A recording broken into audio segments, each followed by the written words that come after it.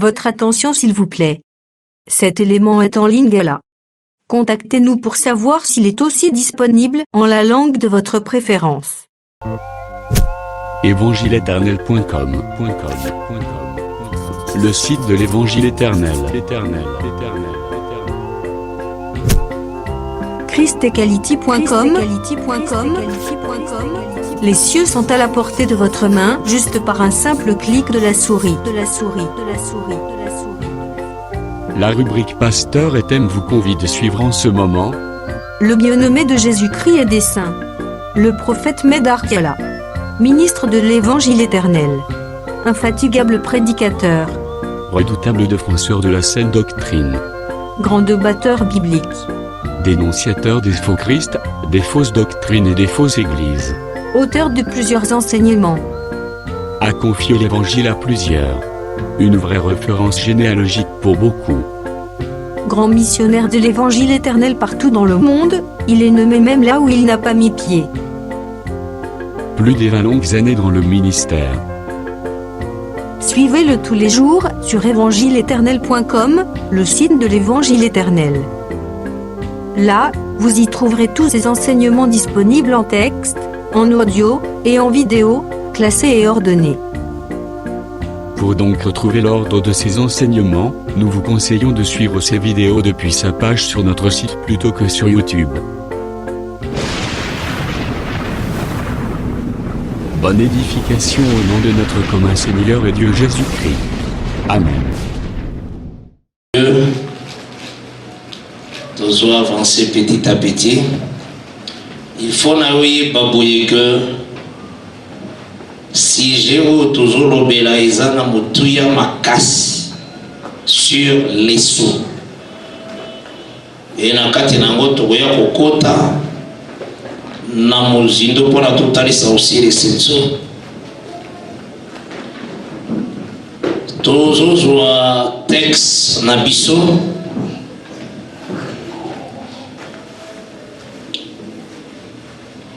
Oyo totangaki tanto sisaki la fois dernière na Ézéchiel chapitre 32. Vraiment nazo senga ke enregistrer ata na téléphone na yo mena oyoka kango mingi tango zoko enregistrer ozoyoka mingi ekoide yo makambo toujours solola nazo yebisa senga kozala plus attentif et aussi eza partout cette parole. Non, Ézéchiel 33 verset 21 tu n'as 22. La 12e année, le 5e jour du 10e mois de notre captivité, un homme qui s'était échappé de Jérusalem vint à moi et dit: la ville a été prise.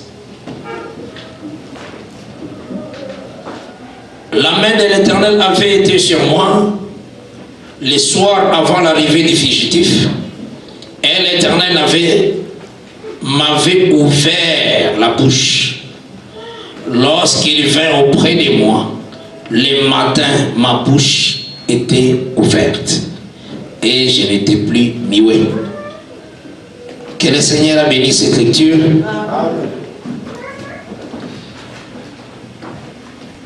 Tous on déjà sur les sceaux. Tout à l'heure, c'est d'abord dans la Bible que ça a plusieurs sceaux. Oui, c'est qu'il y a au moins dans Zambie comprendre ango. Ango na kati na exposé na biso.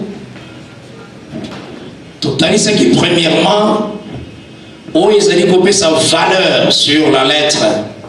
La lettre tant où ils ont écrite. Où ils ont coupé sa poids sur la lettre. Batiaka un sceau.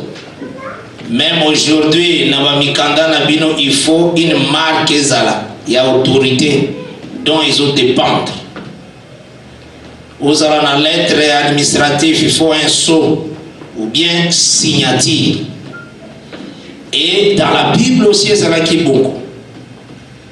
Yango, tout tambola qui petit à petit, na kati ya kotalisa les Écritures, tout touchaki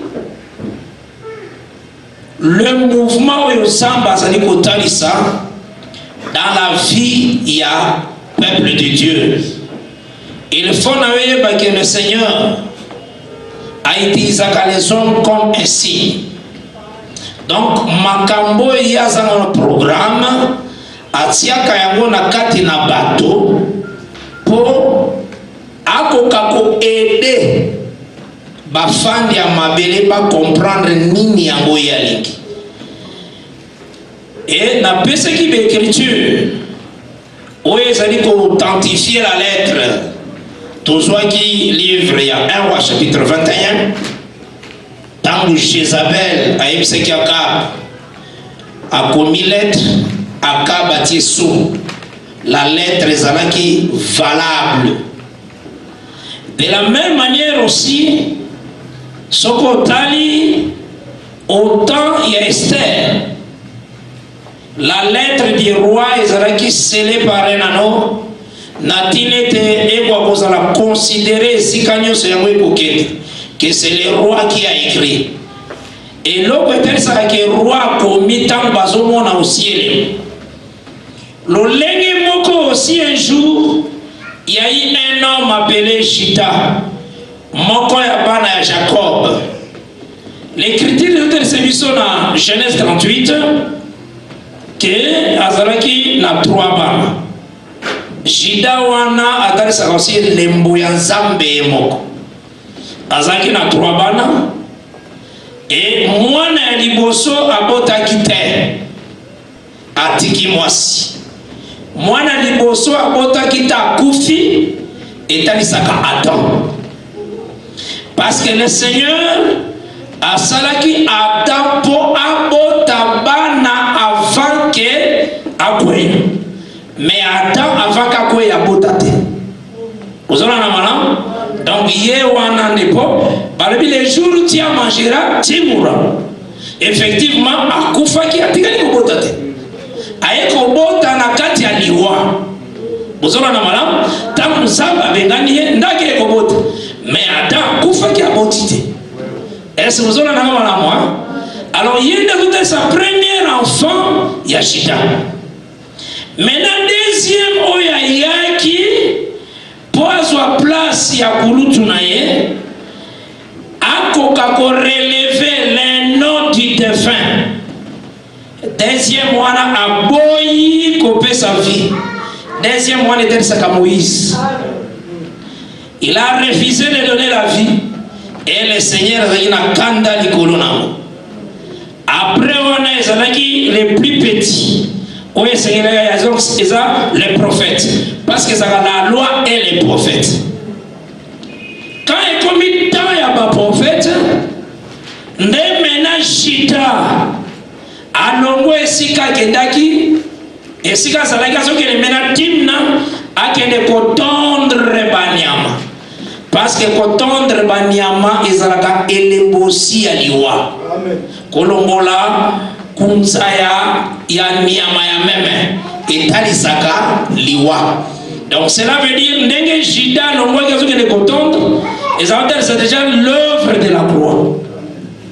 Et voilà pourquoi c'est là que Jida a sa place, il y a les plus petits pour appeler sa vie. Et tout le monde Tamar a se déguisé et na simana ko se déguisé. Tangu Jida salaki na posa bafanda ensemble, Tamar asengaki bilimu. Na maboko ya Jida salaki na caché. Caché donc ils ont fait ça sous. Ils salaki na cordon. Ils salaki pe na cordon. Na mapoko na ye. Totanga ya ngwana no moke. Genèse 38. Nazo sokaka ba élément mike pona na tambola na likambo na sana yango. parce que les lopes au kotanga mingi tant tozo tanga nde bozo sosola quand même. Genèse 38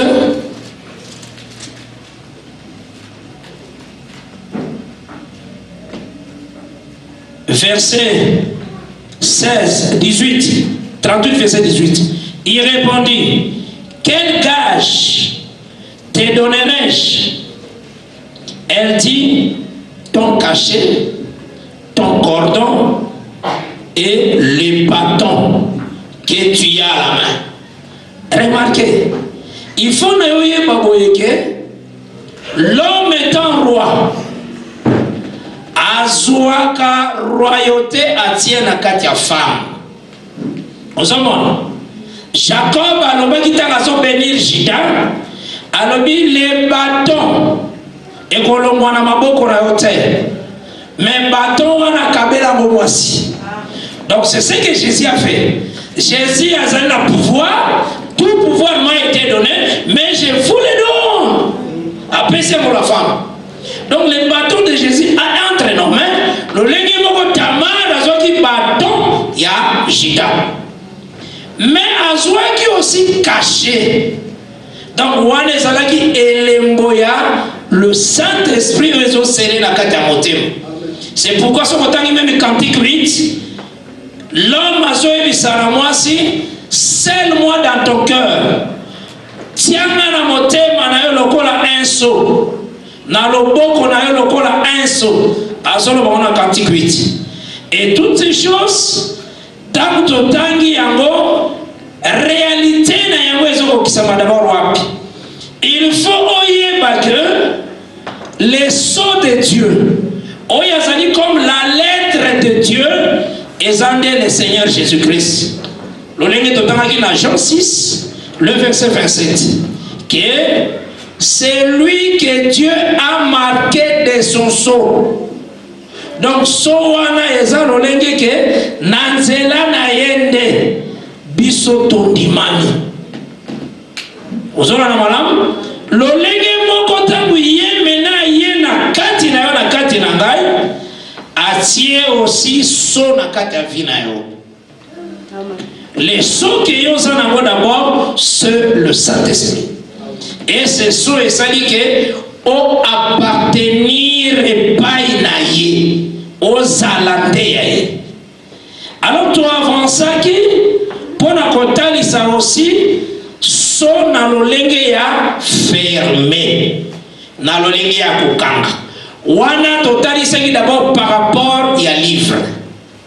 Le Seigneur appelle ça qui la loi que pendant 6 jours l'homme a un droit na yasara likamonyos. Mais au 7e jour, il faut que batanga les livres. Simbango malamu mingi. On lisait les livres le sabbat. Nalobaki que mouvement wana c'est tout un temps, c'est toute la Bible d'abord. Donc les 6 jours, c'est un temps oyoyo, la lecture est au salé matin, mais les 7e jour, des lectures est au salé. Donc livre ezalaki ko kangema kotika la ko kangema bazai ko benga ngo rouleau. Donc ezalaki vraiment rouleau. Donc cela veut dire 6 jours ezalaki au kangama, 7e jour il faut mafongolana. Donc 7e jour il faut sacrificateur monokonae e fongwa mapoa loba makambu. Yango moni natali sakibino boyeke c'est que ce qu'il est c'est sûr la manière le Seigneur a placé fermeture a tali yango par rapport d'abord ya chute ya Adam. Donc quand Adam a sumuki Eli kolobake Nzambe akangi munoko na ye. Osola na malamu Nzambe akangi munoko na ye. Combien lolenge nini tozoki de ko découvrir ango. Tala nini tozoki de ko découvrir ango. Tozwaki Hébreu 1 verset 1, Dieu parle de plusieurs manières, de plusieurs reprises. Donc le Seigneur, tant que la situation des gars qui n'a Éden, a vu un peuple appelé Israël. Il faut qu'on ait que Israël, c'est un peuple choisi de Dieu. Bazouama nangolu na Zambé, zalaki na makasi na bangote. Mais et sengeli na yoye que Dieu a évisé qui bango boye. Ceux qui obéir na commandement, là, na Deutéronome 28. Ceux qui obéir na commandement, que se passe-t-il? N'a vu verset 12.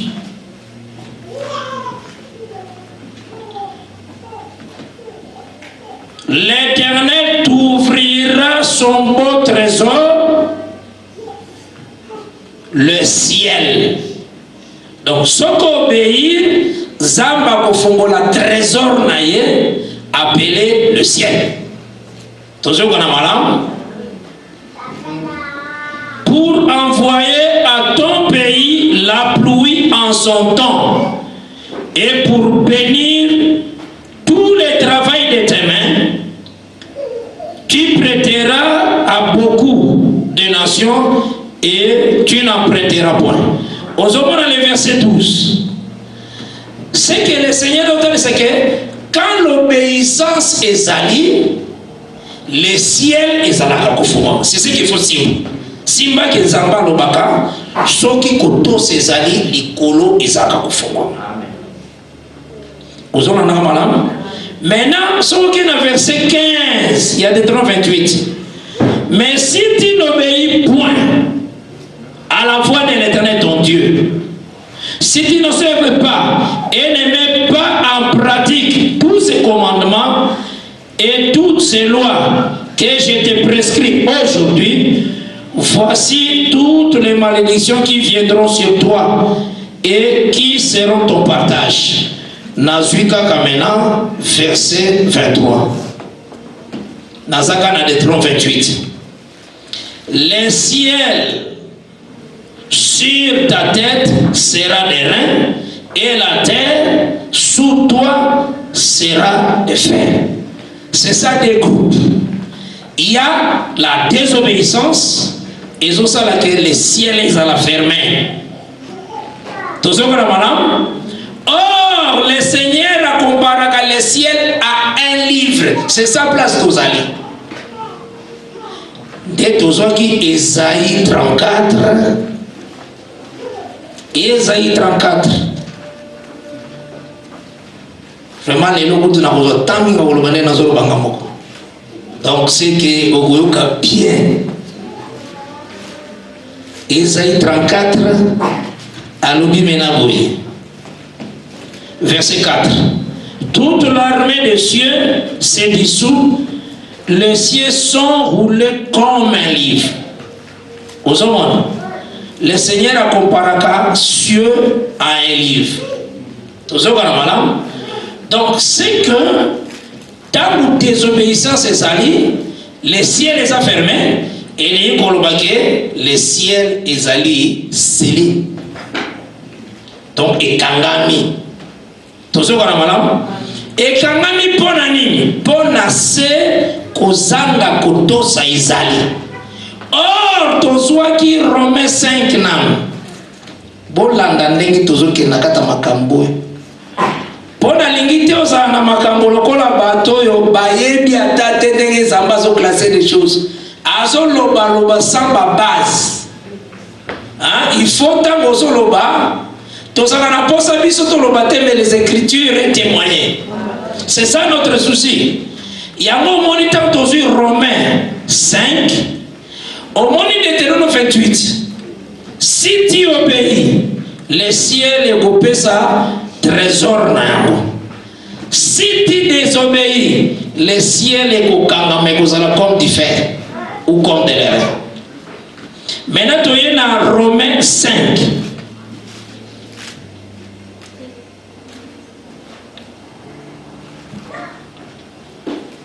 Ton suis à partir du verset 17. Nazui d'abord verset 14. Notez Romains 5, tout le verset 14. Cependant la mort a régné, dans le verset 14, il y a Romains 5. Cependant la mort a régné depuis Adam jusqu'à Moïse.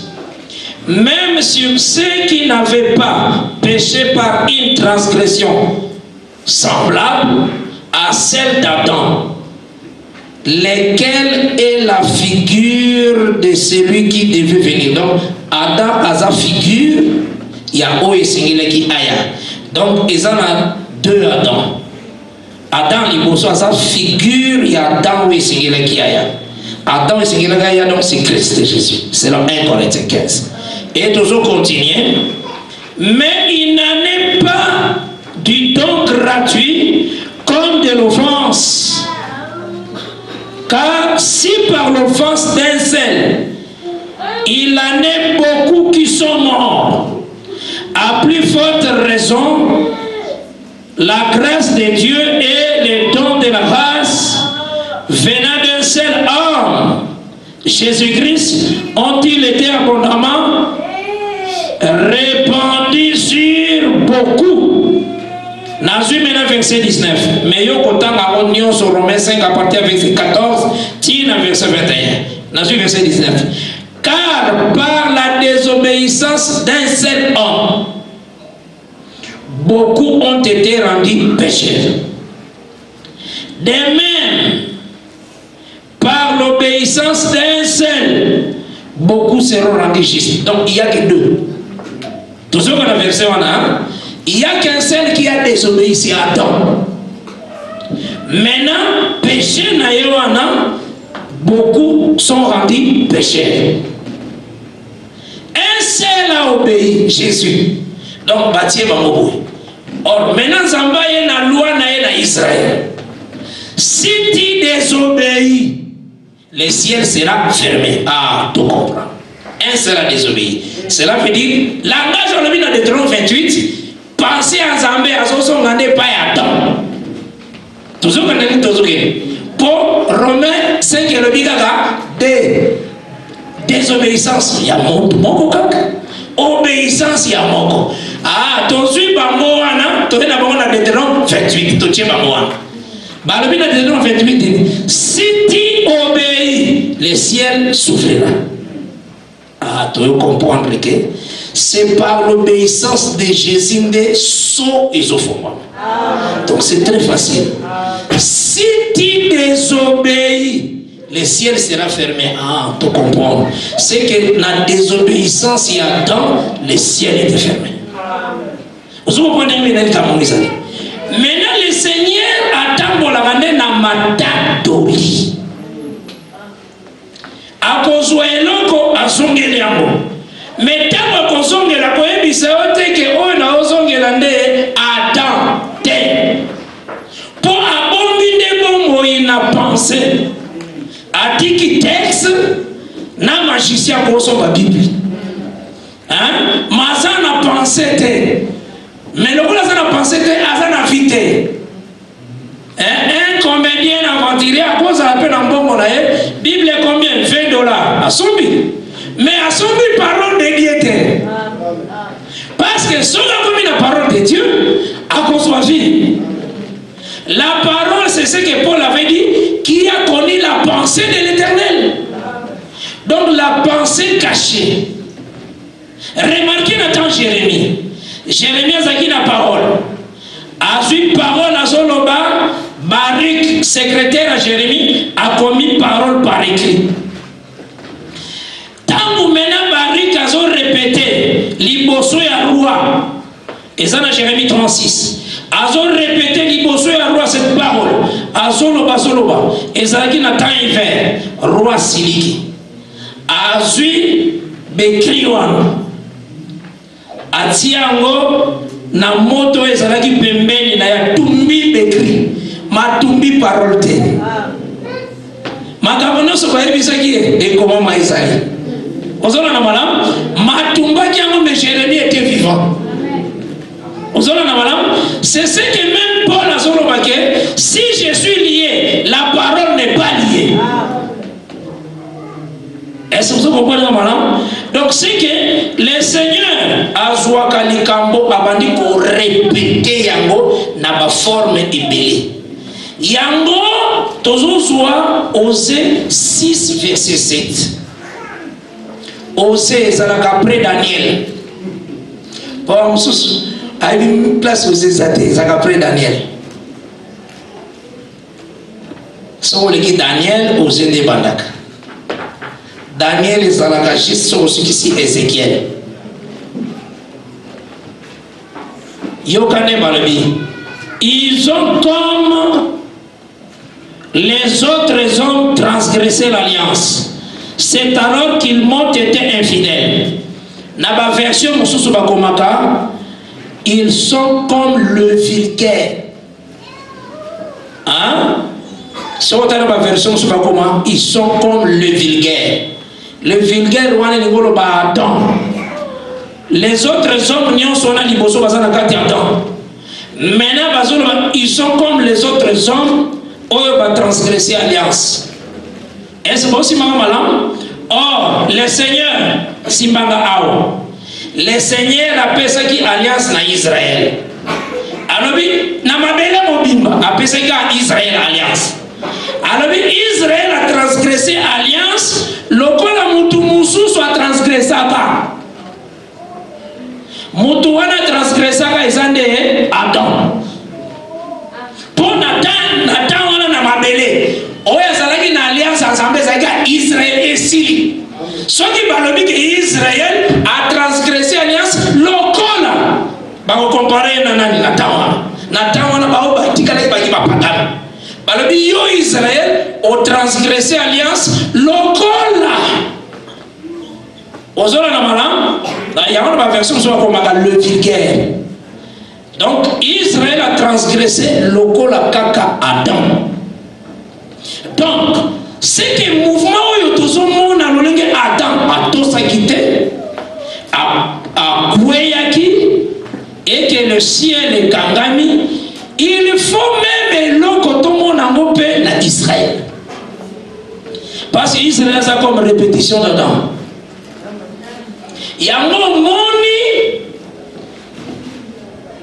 nazula qui yo texte ya Ézéchiel. Toko sillonner mingi Ézéchiel 24 pour nous comprendre l'ikamboni les awana.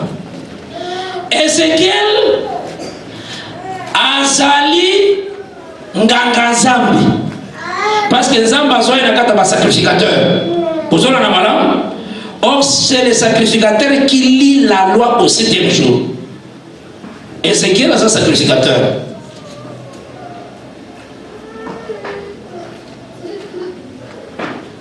Est-ce que vous avez un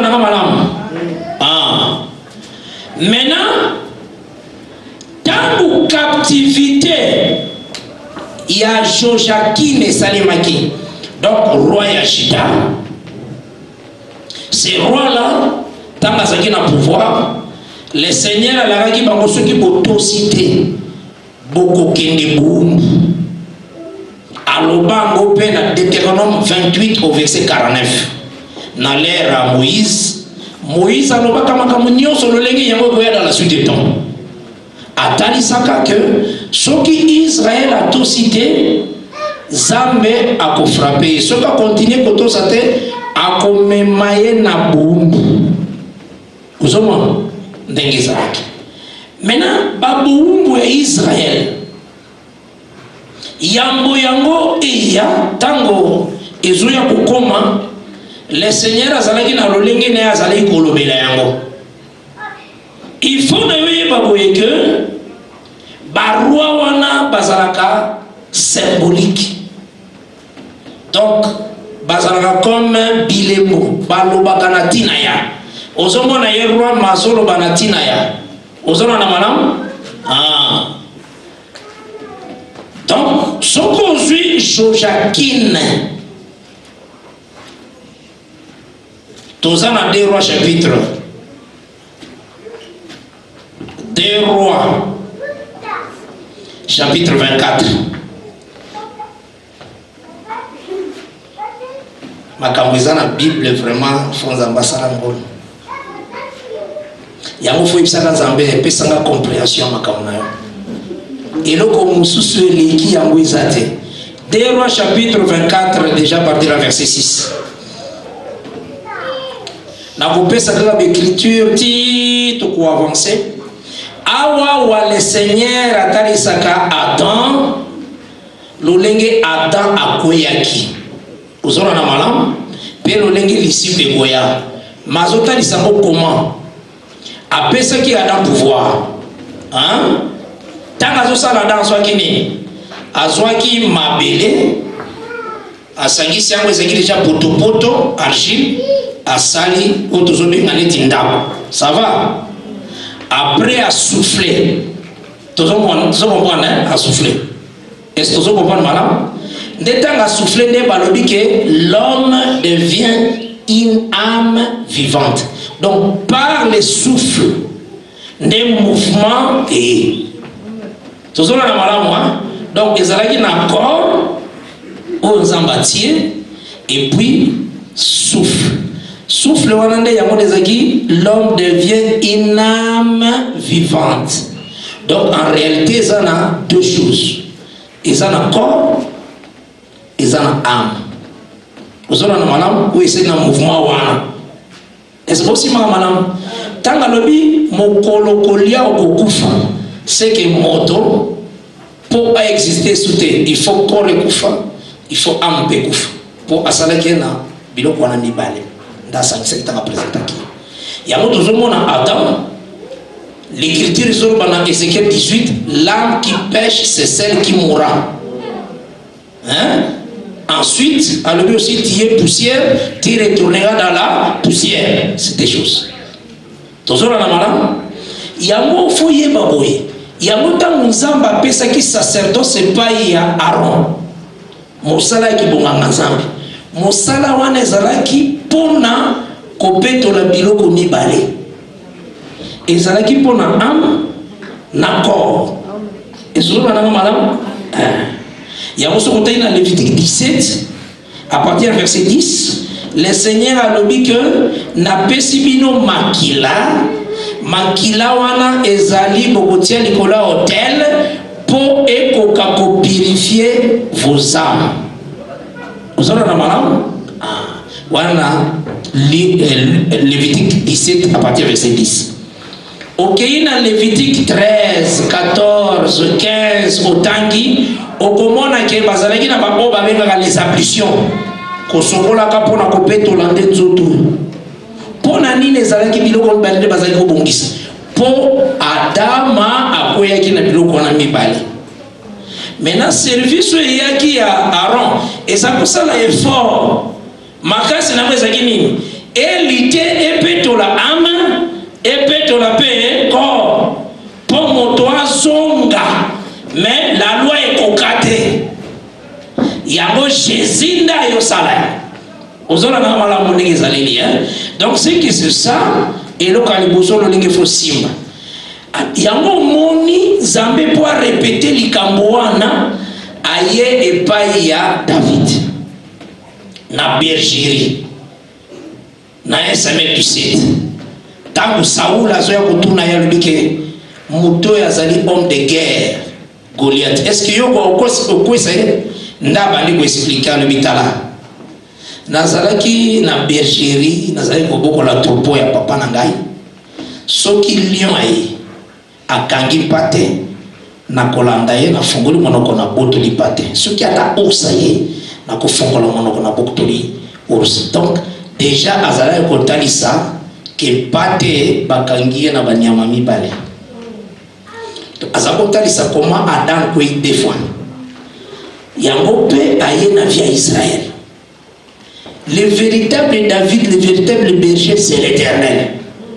Et singeleki ours na lion bakanga pate wana est-ce que vous avez na yango monike Israël a kenda deux grandes captivités Égypte na Babylone mi baleka minene déjà David zamba pesa ki litato le pona nini ezali mi baleka minene ezalaki ndenge wana po ezalaki kotesa lolenge Adam kwei na âme nzoto pe kufi est-ce que vous aussi malamu Maintenant Dieu a zozwa biloko wana azo répété yango na forme ya baroi.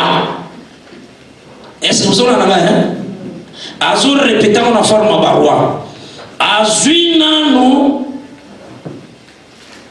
Joachim, un roi appelé Joachim. Wana na 2 Rois 23 verset 24. Simba kaka parce que nazo le kade na 2 Rois 23 verset 24. Joachim ozomono eli koloba Adam. Est-ce que vous avez la moi? Simba kaka bongona atalisaka Adam. Aza mwana bime pa ya Josias. Soko ke na verset 25. Josias. Zoa 1 Chronique chapitre 3. Verset 15.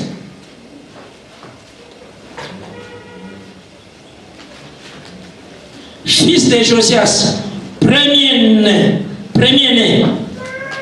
Joshana, deuxième, Joachim, le troisième, Sédécias, le quatrième, Shalom. Au Monibana, il y a Josias, hein? Maintenant, ce qu'on suit, 2 Rois 23, verset 25. Avant Josias, il n'y a point de roi qui, comme lui, revienne à l'Éternel, de tout son cœur, de toute son âme et de toute sa force, selon toute la loi de Moïse. Et après lui, il n'en a point pari de semblable. C'est la sorte de roi. Donc après, roi Moussousou a tikali koyate a kokani na ye. Est-ce qu'il y a réellement besoin de la roi?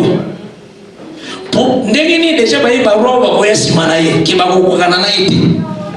Ndengini ba ko ba pona ba roi ba leki ça va. Mais maintenant ba lobi après roi wana Josias. Ba oni so ba koya roi ba kokani bate. Non, Josias yo aza signe. Aza roi moko unique. Josias yo atalisaka éternel. Tozo kana atalisaka Yahweh. Yahweh c'est un roi unique. Selon Jérémie 10 verset 10, il est le roi éternel. Roi kokani nae liboso pesima ate. C'est comme ça que batiaki Josias. Mais Josias a bota 4 balles. Bakamazambi zandenge abota 4 bana bana nyonso mine wana pe baza elembo tozo simba aboti mwana liboso ya Josias comme ne Joachaz ou Joshana.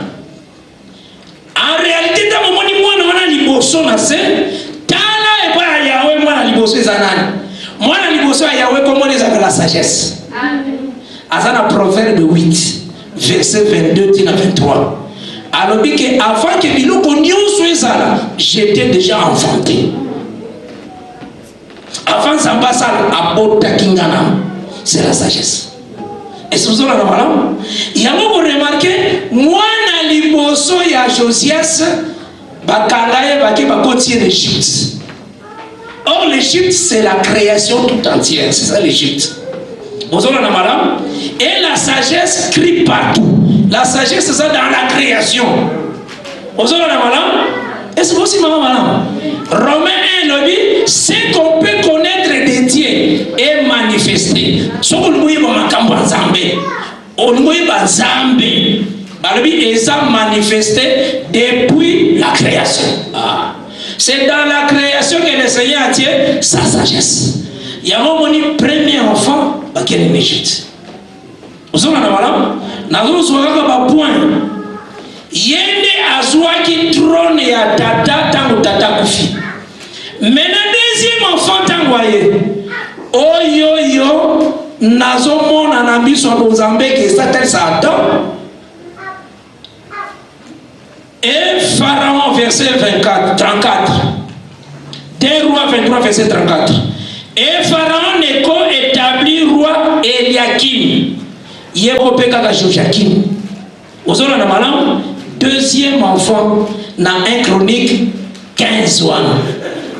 Hein? Awa nazana 2 Rois 23. Et Pharaon Neko établit le roi Eliakim, fils de Josias, à la place de Josias, son père. Simbelo Kwezawana, il y a un mystère. Il fallait baloba à la place de Joshana. Pour un deuxième enfant. Est-ce que c'est ça? Et ça, tu vas vu si ok, Basu ma koti. Mon koti à Liboso, Oya Tinamboga, comme on est nan, Jean. Tant Jean Koufi, n'a remplacé Pierre. Ah, bah, le Pierre a su Bokontina ici qu'à Jean. Maintenant, après Jean, n'a pas Bokonti. Bah, le Bina ni Barthélemy. Mais bah, comme il prend Barthélemy, Barthélemy a su Bokonti ici qu'à Yahweh. Cela veut dire Batangier Oyo, Basongisi en position. Est-ce que vous avez un place où on a compris dans le lobby? Est-ce que vous aussi m'avez dans le lobby? Ça va? Il faut l'andanga très très bien. L'andanga malam passe. Et ça n'a tina bilo qu'on est en souille. Donc, et ça n'a été roi ou Liboso comme on les a dit Josias. Moi, nana Liboso, tant que Josias a confié. Moi, nana Liboso, on a balobi que a sué sika tatanaye. Ah, c'est clair. Moi, nami balé tangaye, il fallait pas souloba a sué sika ya moi nana Liboso. Mais balobi le verset 34, 2 Rois 23, a sué sika tatanaye. Cela veut dire, à moi, nami balé, mais pas comme c'est moi nana Liboso. Moi, nami balé, ça attend. Hein? Quand il a créé, faisons l'homme à notre image. Vous avez un malin? Mais à comme deuxième maison, qui c'est comme premier. Adam est comme premier. Est-ce qu'il va minda? Est-ce que vous aussi m'avez bien exalé? Maintenant, ce que vous avez dans verset 5, Tina 7, Tina 6, il y a 2 Rois 24. Soit et ça a tout enseignement, tu peux faire de l'amour vraiment pour la place. Mais dans un peu, c'est point faciliter ton quai. Tango Joachim a Koufi. Si ma que Joachim a ça comme Adam, l'olégini a su comme Adam, pour Azui place à Tata. Cela veut dire Asa comme premier. Ça va, hein? Maintenant, il faut remplacer Joachim. Verset 6. Joachim se coucha avec ses pères. Et Joachim, son fils, régna à sa place. Joachim. Donc, moi, je suis na kati ya Joachim. Moi, c'est l'âme. Âme. Donc, ce que je suis Adam, Samba Sala Adam, roi. Biten Ignon Satan et ça, roi. Oswa corps, c'est un roi. Oswa l'âme, c'est tout un roi. Parce que n'a pas su au pouvoir. Au dominer l'icolo, bandeke, l'icolo, n'a bibole l'union. Donc, mon bimba donne les acquis qui roi. Son corps, c'est tout un roi. Donc, son corps, Adam va présenter le comme roi. Son âme d'Adam va présenter le comme roi. Est-ce que aussi m'a malama? Or, l'âme est un homme qui est dans la kati. Yango moni Joachim oyoyo oya yeko remplacer Joachim autinde na kati na ye les fils sont du père simbanga malama. Donc Joachim oyo aza kati omoni tangu ye menaye. Qu'est-ce qui se passe-t-il? Ye tangu aye tangu baye kokangaye tanga salaki mabe okomona makamuni esalemi. Le Seigneur a comparé Kamutu na ville, a comparé Kamutu na une maison, a comparé Mutu na une arme. Tozona na malam Ezaneti Adam. Tout ce qu'on a voilà. La maison de Dieu. Ezaneti Adam. Parce que la maison de Dieu, c'est le dernier Adam aussi. Jésus est la maison de Dieu. Mais Jésus est Adam. Avec comme pas Jésus, bandina nawana. Tout ce qu'on a. Ah. Est-ce que vous aussi, madame? Ah. Maintenant, qu'est-ce qui se passe-t-il? Tant que Joachim a le pouvoir, tant que Baeko Kangaye, les Camerounais les Salem, aux versets 10, 10 à 26. Nathan Yako Kanga Joachim, Ndeba Memana ba Ezekiel. Toujours Ghana. Donc, tant que Bakena Joachim na Boumbu. Ndepe Ezekiel, tout le monde livre Ezekiel. Ndepe Akebu. Toujours Ghana, moi. Ah. Mais remarquez, tant que va même Joachim, il a amené Salemi. À partir du verset 10 à 16. En ce temps-là, les serviteurs de Nebuchadnezzar, roi de Babylone, montèrent contre Jérusalem et la ville fut assiégée. Nebuchadnezzar, roi de Babylone, arriva devant la ville pendant que ses serviteurs l'assiégeaient. Alors Joachim, roi de Juda, s'est rendu auprès du roi de Babylone avec sa mère, ses serviteurs, ses chefs et ses eunuques, et le roi de Babylone le fit prisonnier la 8e année de son règne. Il tira de là tous les trésors de la maison de l'Éternel et les trésors de la maison du roi. Et il brisa tous les ustensiles d'or que Salomon, roi d'Israël, avait fait dans les temples de l'Éternel, comme l'Éternel avait prononcé. Il amena en captivité tout Jérusalem, Simba Maram, tout Jérusalem, tous les chefs et tous les hommes vaillants, au nombre de 10 000 exilés, avec tous les charpentiers et les serruriers. Il ne resta que le peuple pauvre du pays.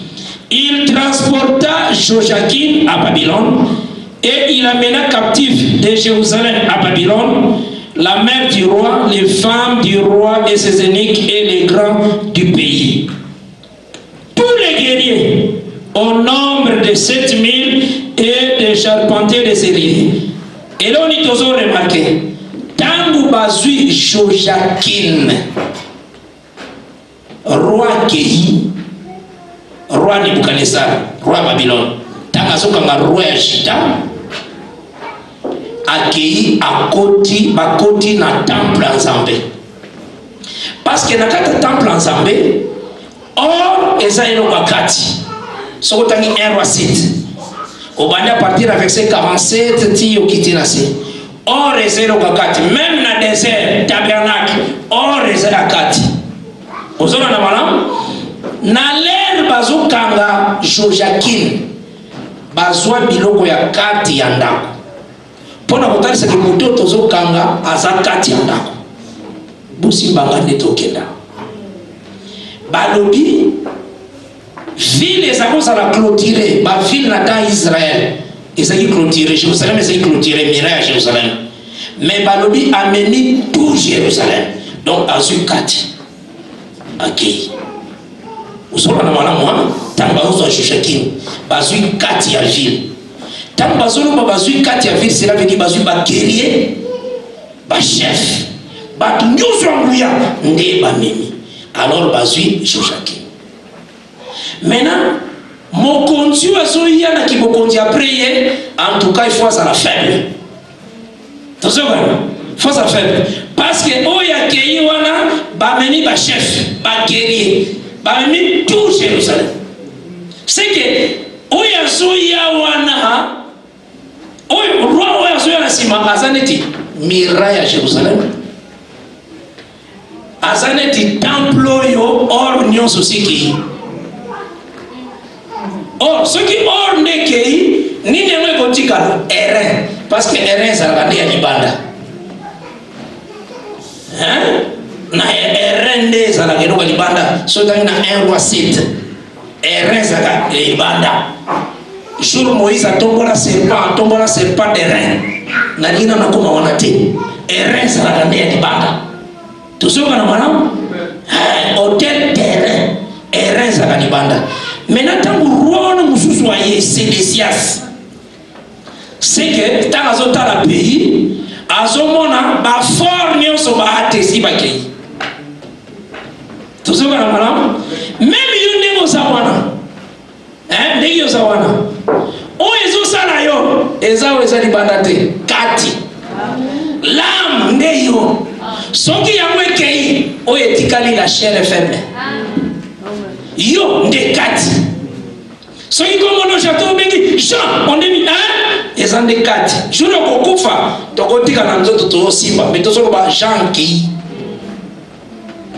tozokana donc lame tano ezokende yango nde force vraiment donc yango nde yo tozokana malamu yango moni ntango Joachim bakangi ye bazwi biloko ya kati maintenant ntango bakangi Joachim bakenda Joachim nde mpe Ezekiel bakenda na Ezekiel maintenant na captivité po nazolinga nakotisa Ezekiel po tozali kamuna Ezekiel maintenant ntango Sédécias aye oyo azali comme aye koremplacer Joachim soit 2 rois 25 verset 13 2 rois 25 verset 13 ntango bakangi Sédécias na roi de Babylone 2 rois 25 verset 13 eloko nini mena bazwa les Chaldéens brisèrent les colonnes d'airain qui étaient dans la maison de l'Éternel, les bases, la mer d'airain qui était dans la maison de l'Éternel, et ils en emportèrent l'airain à Babylone. Mais tant que Joachim, 2 rois 24 verset 13, il tira de la Misunabiso et ceux qui étaient déjà. Il tira de là tous les trésors de la maison de l'Éternel et les trésors de la maison du roi. Et il brisa tous les ustensiles d'or que Salomon, roi d'Israël, avait fait dans le temple de l'Éternel. Vous avez remarqué, tant que le roi Joachim, il brisa l'or. Tant que le roi Sédécias, il brisa l'airain. Donc, ce que vous avez maintenant, Salomon a tombé temple. Airain, les aguets au Libanda. Donc, airain, c'est un corps. Or, les années à Kati. Tout ce qu'on a maintenant, il y a un moment où il y a Joachim, il y a or. Bakoti nanda kwa roi, bazui bilongo wakati anda kwa roi, mais batiki nda kwa roi. Nda kwa roi wanande ko batiki, mais bazui wali. Nakata Jerusalem, bakwesi miraite, bazui nde tout Jerusalem. Est-ce que vous avez madame? Mais tant que vous avez Sédécias, bazui erreur. Erreur ça la gagne walibanda.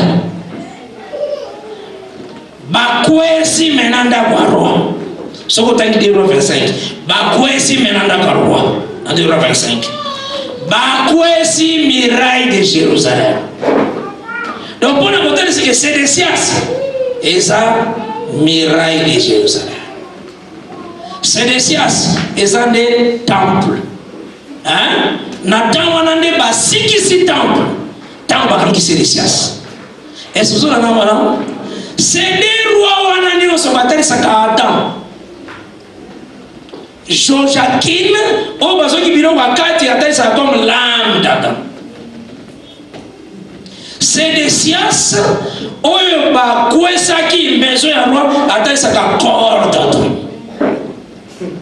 Osola na madame parce que tant nous avons tonga tabernacle erreur et ça est oh, comme Moïse éleva les serpents d'air, pas les serpents d'or. C'est le corps qui doit être élevé à la mort. Il y a un air. Ah. Maintenant, qu'est-ce qui se passe-t-il? Dans une situation où il y a Salema, avant que Bakoué sa miraille à ville, Batumba maison de Dieu. Parce que quand tu vas maison de Dieu, c'est la mort de Jésus-Christ en réalité. Vous avez madame? Parce que Jésus a dit qu'il va fils de DVD. Si maman a en tout cas, c'est pas là que tiens-moi na maman na côté gauche, mon sous na côté droite na yo. Ndé Jésus a bien le conseil matin. Et si kawana ezali pona ba oyo ba bundisela beja bango yango. Est-ce que bakoza la capable ya kozala baptiser na baptême na kozala baptiser? Est-ce que bakoza la capable ya kozala baptiser na baptême de feu? Vous avez la moi. Donc Jésus monte en nez pour les canacatines. Yango moni et pas Abraham. Abraham joue à ceux qui banyama. Akata banyama deux. Ndambo koto moko banyama ngozo tana. Banyamo yo Abraham akata etalisaka Israël. Yamon Israël nous dit avant de traverser Jourdain, Israël nous dit après traverser Jourdain. Tout ce que nous avons.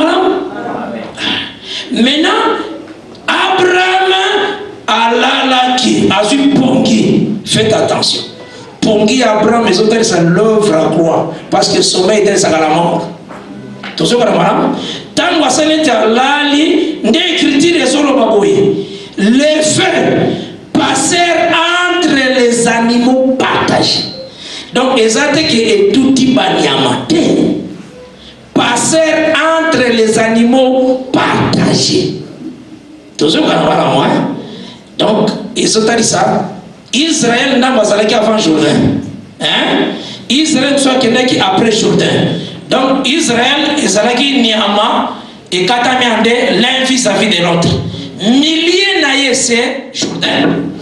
Tant balobi dans Genèse 15, monte l'église entre les animaux partagés, cela veut dire monte tout Jourdain. Jourdain ou en Jésus. Il y a des Jourdain. Est-ce que vous avez un madame? Il y a un est-ce que vous avez un madame?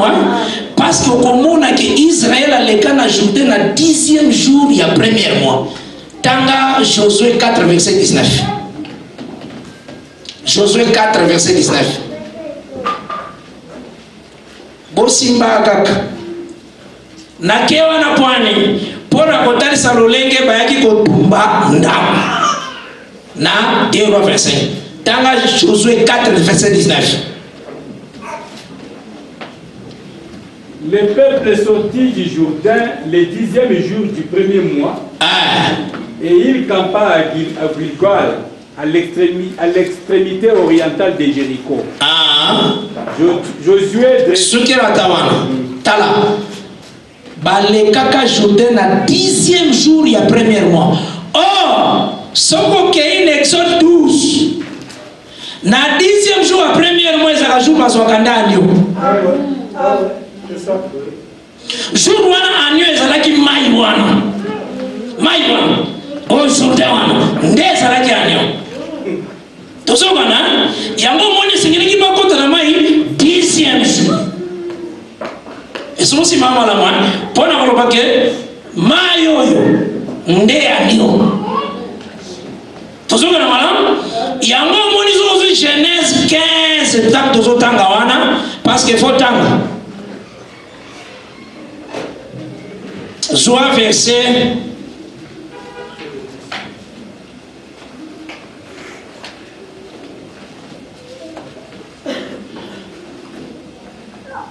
verset 12. Au coucher du soleil, un profond sommeil tomba sur Abraham. Et voici une frayeur et une grande obscurité vers la saillie. Continue. L'Éternel dit à Abraham, sache que tes descendants seront étrangers dans un pays qui ne serait point à eux. Ils y seront asservis et on les opprimera pendant 400 ans. Quel est le verset 17? Parce que vous en parlez. Verset 17. Verset 17. Quand le soleil fit coucher, il y eut une obscurité profonde. Et voici se fit une fournaise fumante. Et les flammes passèrent entre les animaux. Et tout ce qui va animaux, faites attention. Faites très attention. Il y a les animaux qui sont partagés. Il y a les feux qui passent entre. Ces faits-là, en tout cas, ils ont touché les Jourdains. Parce que Jésus-Christ, c'est le milieu du jour. Jésus, c'est l'homme du milieu. Est-ce aussi, madame? Il y a un monde déjà dans Kati Abraham, mais c'est là qui prophétisait. Il y a un soit fait. C'est lui qui est l'homme du milieu. Est-ce que vous avez madame? Il y a aujourd'hui 2 Rois 25. Au moment on a brûlé la maison de Dieu. Batou Binda. Na 2 Rois 25. Est-ce aussi ma madame? Il y a un mot. Ce qu'on suit. Ézéchiel maintenant.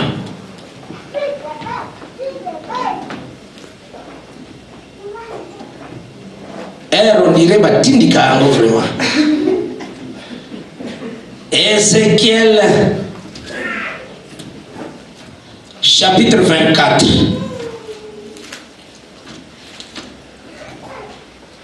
Zambalaki Ézéchiel kakoboma mwasi na ye. Wana Ézéchiel aza na captivité. Tozokana Ézéchiel aza na captivité. Zambalaki efwa boma mwasi. Tanga laki akoboma mwasi. Alors, tant que moi, si à Kokufa, qu'on l'ait la terre. Oui, c'est effectivement ça. Amen.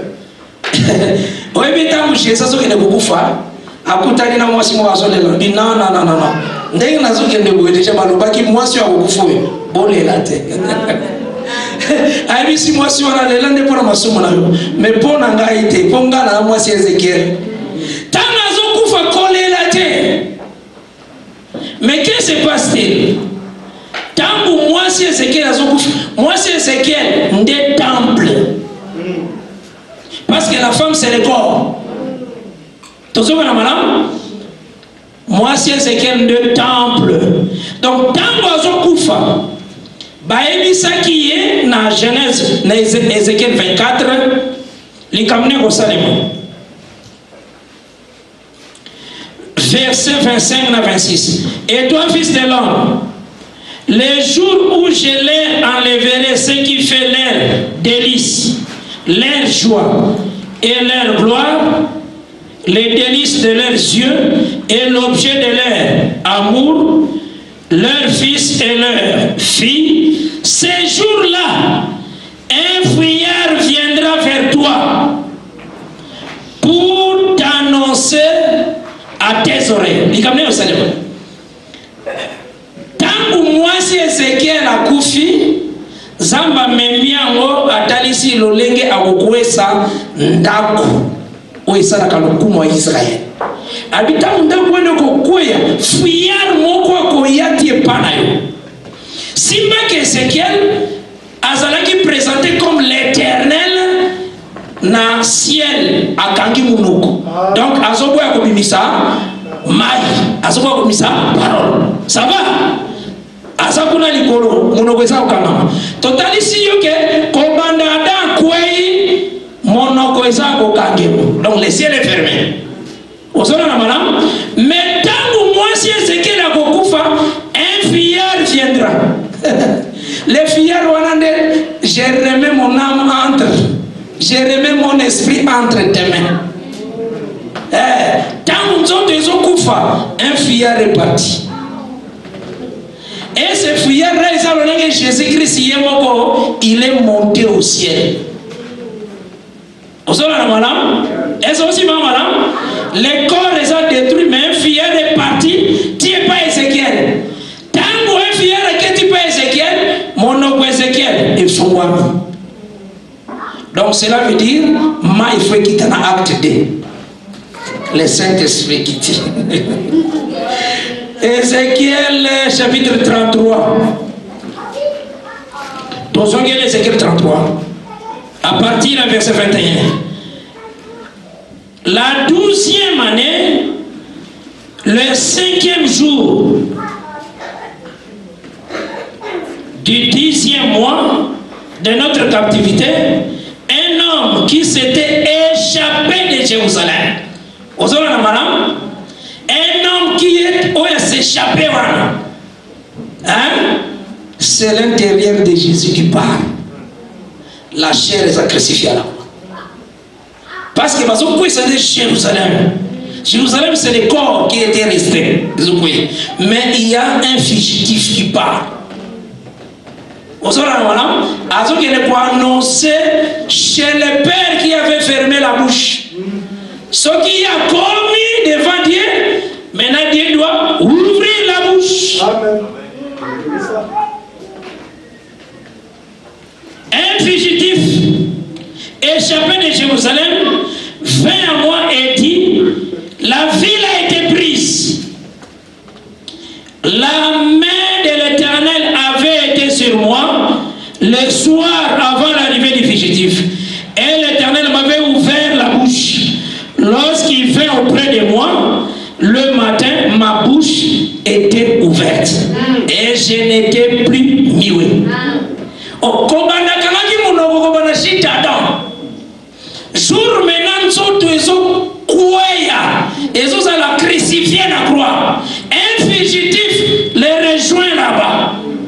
Quand le Seigneur a dit que si je ne pars pas, le Saint-Esprit ne viendra pas. Ce qui n'a été Ézéchiel à mon côté que m'a quitté. Il faut que je rentre.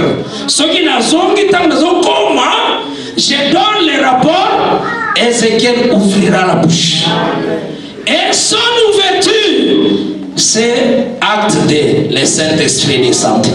C'est la pluie. Mais attiens mon acte Ézéchiel. Cela veut dire, à partir il y a obéissance, il y a Jésus. Il faut le ciel et fort. C'est ça. À partir de son obéissance, quand Jérusalem est tombé, donc sa chair, et nous allons la crucifier à la croix, les fugitifs sortent de Jérusalem. Il va chez le Père qui avait fermé la bouche du Père sera maintenant ouverte. Donc c'est que maintenant la pluie, il faut descendre. Oyo nyonso eza pona nini na bandeliwa.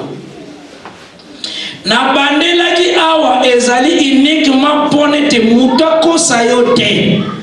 O baso na nefungwami te. Donc ce qui mutayebi si so na nefungwami te, elingolo bake munoko Ézéchiel na nefungwami te. Parce que mutazolo ba sans comprendre. Elingolo ba fugitif na nazongi te. Parce qu'il faut faire face na ba doctrine mususu oye tombo la kake o basona ne komi ouverte. Maintenant so est comme ouverte, soni ne comme ouverte. Parce que tango so bandati o tambola, je vais te confirmer que non, la femme d'Ézéchiel était morte. Et le soir là, et le fugitif est parti. C'est Jésus qui retourne à la droite du Père. Et le Saint-Esprit descend. Ézéchiel, la bouche s'est ouverte. L'eau est descendue. Maintenant, tout ça en abondance. Donc le ciel est ouvert.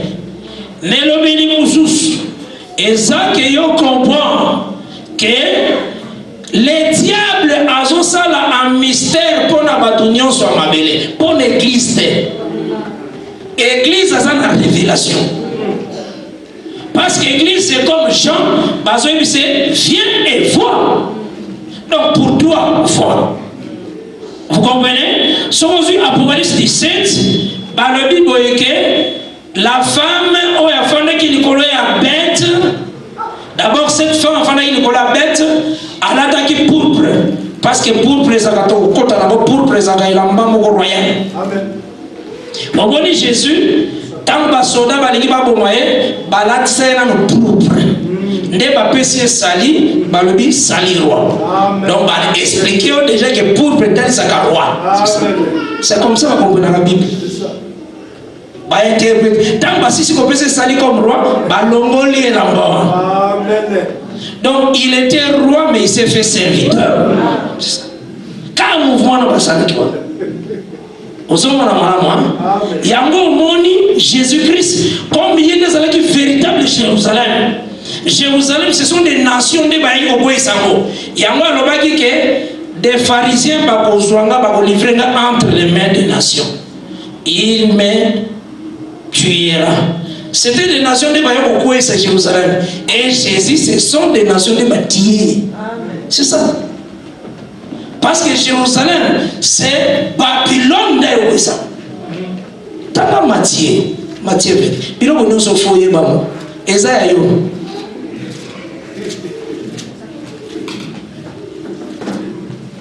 Maintenant, on dit que Bania, my père Abraham, mon trésor à la katikati. A combien de que ça Jourdain? Mais ça Jourdain. Yo suppose concordance aux autres qui ne koluka maintenant nyama. O bungi. Monsieur bungi kala.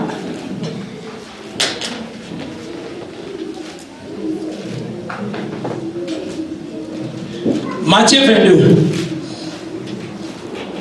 Alobi.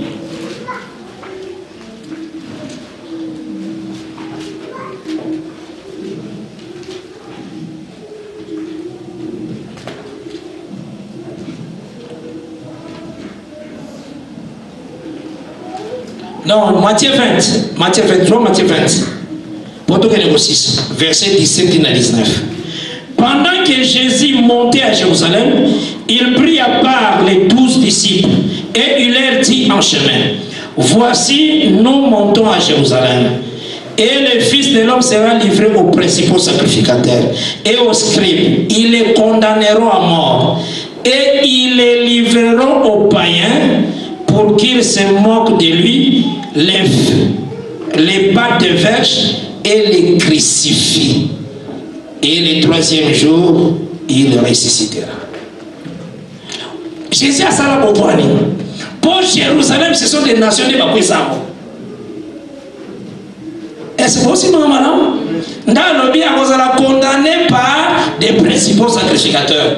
Les principaux sacrificateurs vont livrer entre les mains des païens.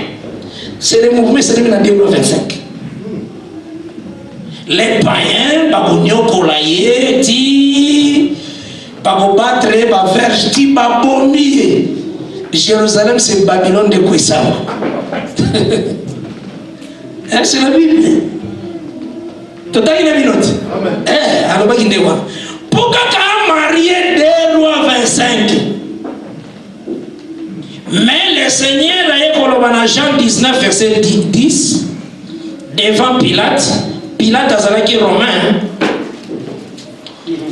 Et Hérode père azalaki juif était. Roi Hérode. Azalaki faux roi. Roi Hérode. Mutazalaki roi na l'air roi nezalaki Joseph. Et si ka Jésus abotama. Yenda azalaki roi vraiment à Israël. Parce que Matthieu 1, bazotanga baroi. David, Salomon. Batangi bazokita baroi. Hein? Tant bakiti ba comme madame Joseph. Donc Joseph n'est pas roi. Vous comprenez madame? Mais un roi rejeté, oublié. Il n'est pas roi. Tant que Matthieu 1, sauf qu'il n'est pas roi.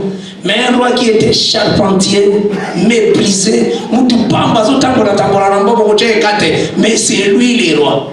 Yango Jésus-Christ, le royauté, il fallait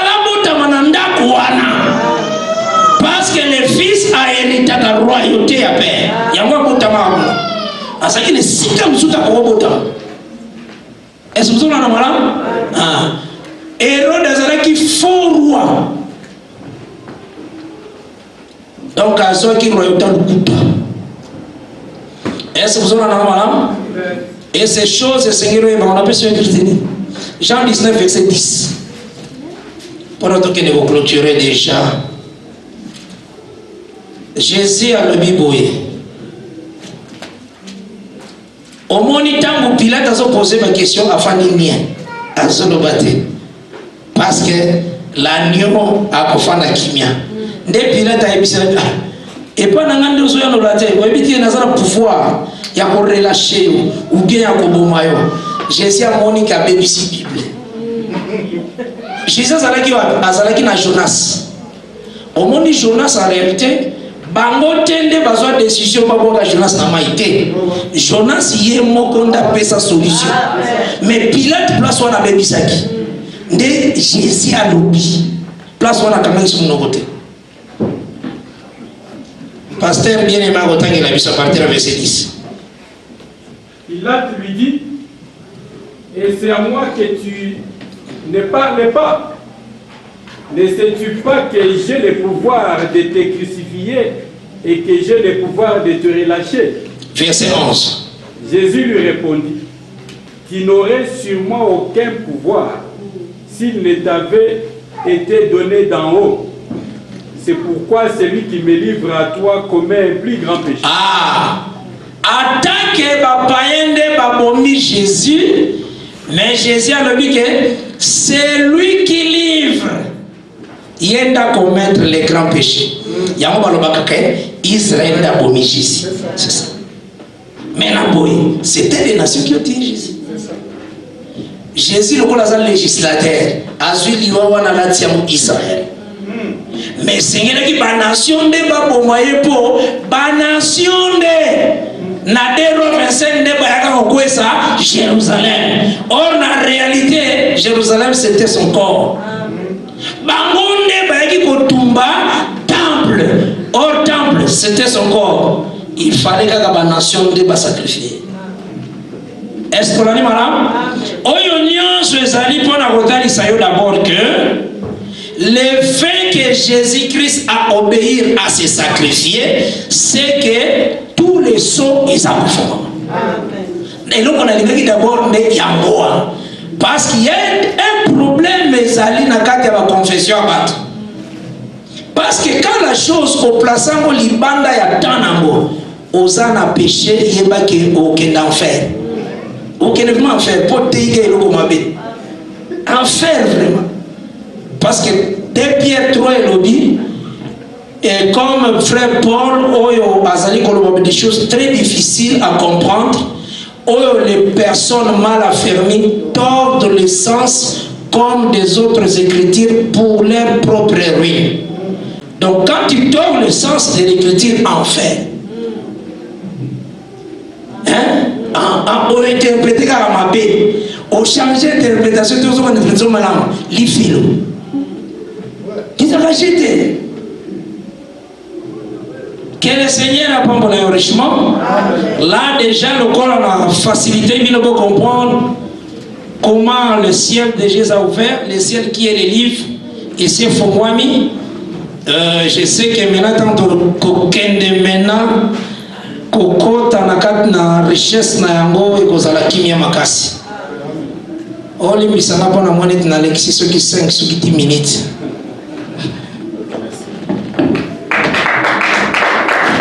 Acclamons le Seigneur pour sa parole.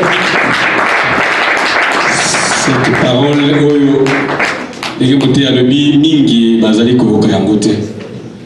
nous sommes des privilégiés pour écouter des choses comme ça. Merci d'avoir suivi ce message et que Jésus-Christ vous bénisse. Si vous avez une question à l'intention de l'homme de Dieu, si vous voulez que l'homme de Dieu prie pour vous, si vous voulez vous confier à l'homme de Dieu, ou si vous voulez tout simplement bénir l'homme de Dieu, contactez-le directement si ses coordonnées sont disponibles depuis sa page. Sinon, contactez-nous et nous lui transmettrons vos préoccupations. N'oubliez pas de faire un tour à notre page évangélisation pour voir en quoi vous pouvez vous rendre utile à Christ par cette œuvre. Que Dieu vous bénisse tous. Amen. ChristQuality.com. Les cieux en un clic de la souris.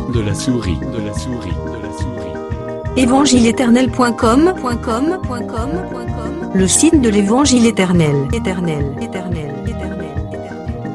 ChristQuality Fondation, équilibrer la manne ramassée dans le désert de sorte que chacun ait un le même.